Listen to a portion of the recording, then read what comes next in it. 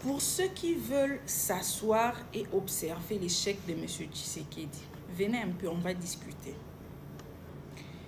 Et M. Moutamba Constant, candidat président de la République d'hier, opposant, c'est monsieur à son parti politique. S'il s'était également décidé de boycotter l'appel du chef de l'État pour travailler ensemble, est-ce qu'aujourd'hui, on allait avoir les résultats qu'on a aujourd'hui à la justice? Non.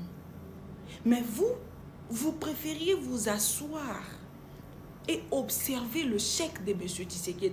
Certains sont d'ailleurs en train de prier. Mandanaï les Kamabé, Mandanaï les Kamabé. Mais vous n'aimez pas le Congo? Ce n'est pas M. Tshisekedi que vous êtes en train de laisser continuer dans la médiocrité, mais c'est la RDC. Aujourd'hui, M. Moutamba a félicité. Mais ce monsieur a accepté de prêter main forte au président pour l'émergence de la patrie.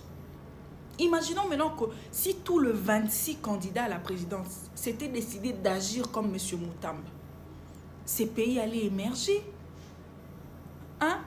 En observant M. Moutamba, je remarque et j'affirme que nous avons les hommes d'État dans ces pays. Nous avons des républicains qui, malgré leurs divergences d'opinion, savent se réunir pour l'intérêt de la patrie. Quand on vous tend la main, acceptez. Travaillez ensemble. Seul, il ne peut rien. Regardez un peu l'apport de M. Moutamba dans le gouvernement présent. Nous avons carrément oublié la médiocrité. Nous avons oublié la mégestion, les détournements. Pendant 4 mois seulement, nous sommes en train d'apprécier ces régimes grâce à M. Moutamba. Vous également faites la même chose. Réunissons-nous pour l'intérêt de la RDC. En voyant ce que M. Moutamba fait, je me pose la question, si nos anciens ministres de la Justice nous servaient à quoi? À part manger leurs salaires colossaux. Hein? En tout cas, non.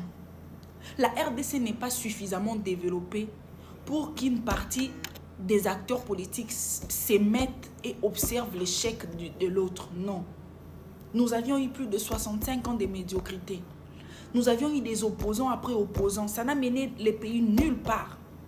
Si aujourd'hui, M. Moutamba s'était décidé de ne pas accepter de travailler avec l'actuel gouvernement, est-ce qu'on allait avoir la justice qu'on a?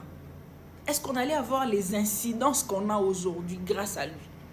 Est-ce qu'on allait respirer au moins avec cette justice? Non.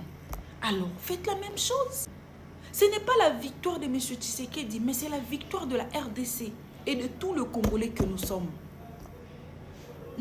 Alors, s'il vous plaît, aimons les pays. Nous n'avons plus l'âge de s'asseoir et de prier pour l'échec de l'autre. Non. Parce que vous toutes là, vous ne pouvez pas être des présidents de la République. 26 multiplié par 5, c'est impossible. Ça va nous demander plus d'un siècle. Alors, aidez celui qui est au pouvoir. Quand je vois le sous-développement de la RDC, j'ai mal au cœur. La RDC est comme ces jeunes hommes de plus de 64 ans, mais qui vit encore chez les parents, qui dort au salon, qui n'a pas un travail. La RDC est comme ça. Chose qui fait mal aux patriotes. Alors l'heure n'est plus de s'asseoir et observer l'échec, non. L'heure est à ce que nous tous nous puissions mettre la main dans la pâte. Non pas pour voler, non pas pour détourner, mais pour aider, afin de léguer une nation forte à nos descendants.